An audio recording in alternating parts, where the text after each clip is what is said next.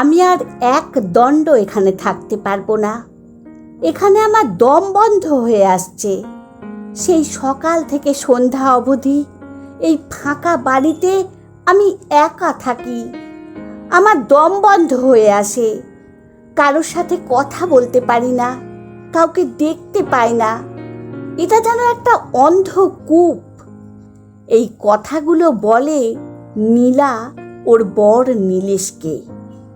নীলেশ আর নীলার বিয়ে হয়েছে প্রায় 3 বছর হয়ে গেল। নীলেশ এখানে এই মাসখানেক হলো বদলি হয়ে এসেছে। আগে বাড়িতে থেকে ব্যাংকে যেত, আর ব্যাংকটা ওদের বাড়ির কাছেই ছিল। এখন এই চাঁদমারি গ্রামের ব্যাংকে পোস্টিং হয়েছে। এখানে ফ্যামিলি কোয়ার্টার পেয়ে গেছে, তাই একেবারে নীলাকে নিয়ে চলে এসেছে। এই বাড়ির আশেপাশে তেমন খুব একটা বাড়ি ঘরদোর নেই। বাড়ি আছে, তবে সেগুলো একটু দূরেই। বাড়িটাও বেশ বড় এবং অনেকটা জায়গা নিয়ে। ওদের বাড়ির পাশে আছে ফাঁকা জমি, তাতে চাষাবাদ করা হয়। জানালা থেকে দূরের বাড়িগুলো দেখা যায়। নীলা একটু মুখ চোরা, আর খুব একটা মিশুকেও নয়। বাড়ি থেকে বেরিয়ে ওই দূরের বাড়ির লোকেদের সঙ্গে কথা বলতেই পারে, কিন্তু সেটা যে ওর দ্বারা হবে না। এখনো একটা কাজের লোক পাইনি।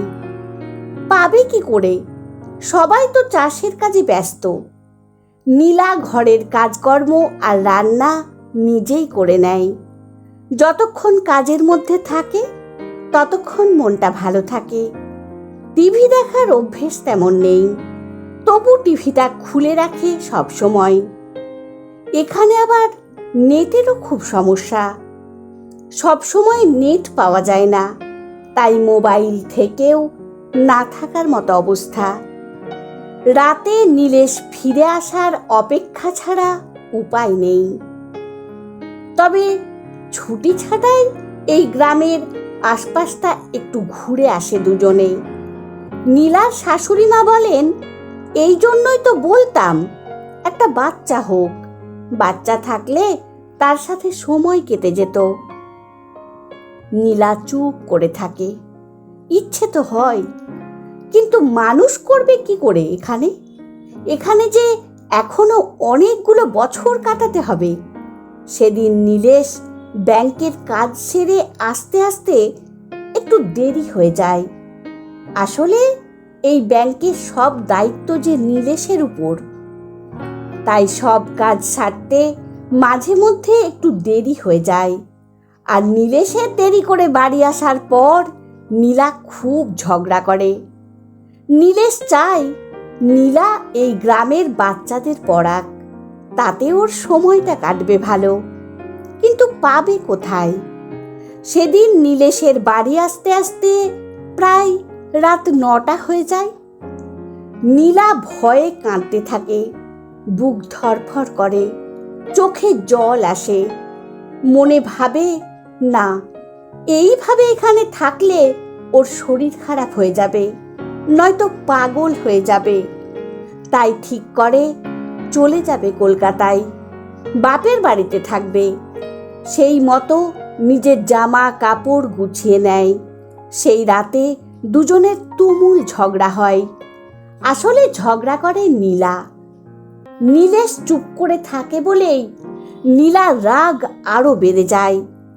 নীলা বলেই দেয়, পরের দিন ও একা একাই কলকাতা ফিরে যাবে, এখানে আর থাকবে না। নীলেশ বলে, এখন এখান থেকে আমি কিছুতেই যেতে পারবো না, তবে ছুটির দিনে তোমাকে না হয় কলকাতায় নিয়ে যাব। নীলা বলে, কিছুতেই না, আমি কাল চলে যাব। তোমাকে দিয়ে আসতে হবে না, তুমি তোমার কাজ নিয়েই থাকো, আমি একাই চলে যেতে পারবো। নীলেশ ওকে অনেক বোঝানোর চেষ্টা করে, কিন্তু নীলা কিছুতেই বুঝতে চায় না। নীলা নীলেশকে বলে দেয় কোথায় কি রাখা আছে। নীলেশ ওর রাগ ভাঙানোর জন্য ইচ্ছে করেই বলে, 7 দিন না হয় ওই রান্না খেলাম, তারপর কি খাবো? নীলা বলে, রান্না করে খেও। এইভাবে নীলেশ নীলার রাগ ভাঙানোর জন্য খুনসুটি করে, কিন্তু নীলা রেগেই থাকে। নীলেশ ভাবে নীলা নিশ্চয়ই ওকে ভয় দেখাচ্ছে, ও ওকে একা ফেলে কোথাও যেতে পারবে না। আর যদি সত্যি সত্যি চলে যায়, তাহলে ও নিজে এখানে একা থাকবে কি করে? খাবে কি? রান্না তো করতে পারে না। বাইরে থেকে যে খাবার এনে খাবে তারও উপায় নেই, কারণ এখানে আশেপাশে চা বিস্কুট পাওয়া গেলেও ভাত তরকারি পাওয়া যায় না।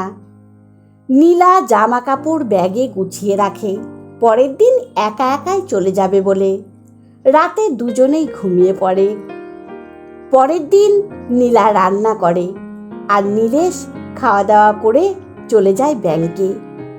নীলেশ খেয়ে চলে যাওয়ার পর নীলা নিজেও খেয়ে নেয়, আর যে কলকাতায় চলে যাবে। খাওয়া আর কাজকর্ম সেরে নীলা তৈরি হতে হতে চিন্তা করে, এই যা, নীলেশের জন্য যে এক গ্লাস জল রাখা হলো না। ব্যাংক থেকে ফিরেই তো এক গ্লাস জল ঢকঢক করে খায়, কারণ অনেকটা রাস্তা যে হেঁটে আসতে হয়, তাই গলাটা শুকিয়ে যায়। জল খেয়ে তবেই জামা প্যান্ট বদলায়। তাড়াতাড়ি এক গ্লাস জল ঢাকা দিয়ে টেবিলে রাখে। মনে ভাবে, আজ না হয় আমি দিয়ে রাখলাম, অন্য দিন কে দেবে? জল রাখতে রাখতে বিভিন্ন চিন্তা মাথায় আসে। ভাবে, যদি জল খেতে গিয়ে বিষম লাগে, তাহলে কে ওকে দেখবে? একদিন তো বিষম লেগে চোখ কপালে ওঠার মতো অবস্থা হয়েছিল নীলেশের।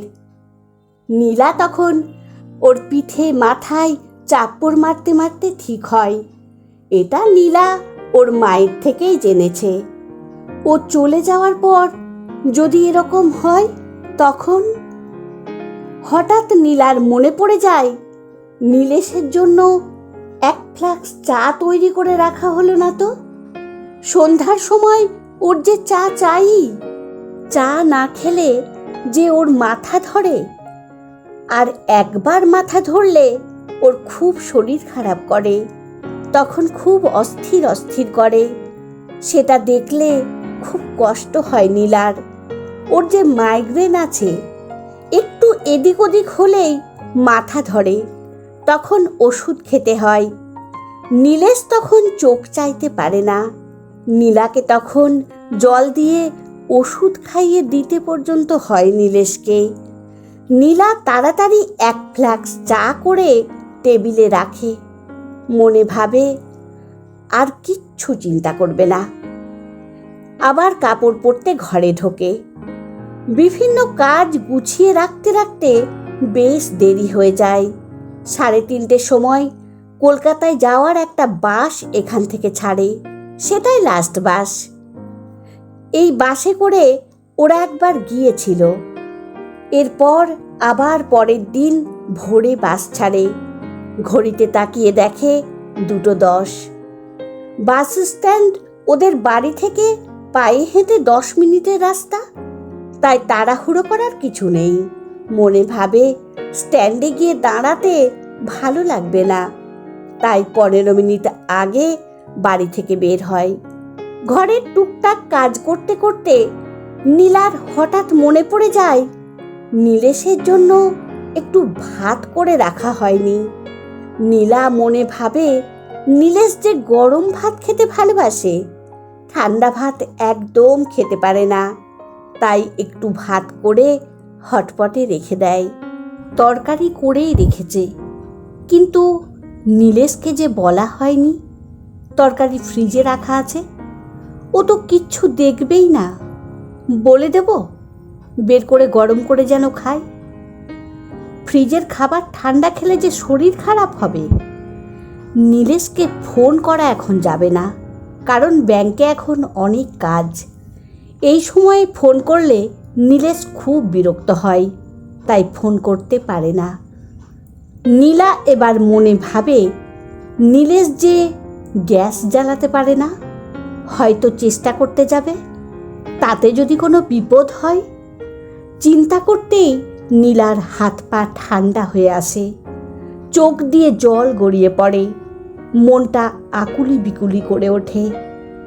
নীলেশের কোনো ক্ষতি ওর যে সহ্য হবে না, না, এইভাবে চলে গেলে যে নীলেশের বিপদ হতে পারে। বুকটা ব্যথা করে ওঠে, বুক ঠেলে কান্না বেরিয়ে আসে নীলেশের জন্য। জামা কাপড় বদলে আবার বাড়িতে পরার জামা কাপড় পরে নেয়। মনে ভাবে যত কষ্টই হোক না কেন, নীলেশকে একা ফেলে নীলা কিছুতেই যেতে পারবে না, তাতে ওর যা কষ্ট হয় হোক।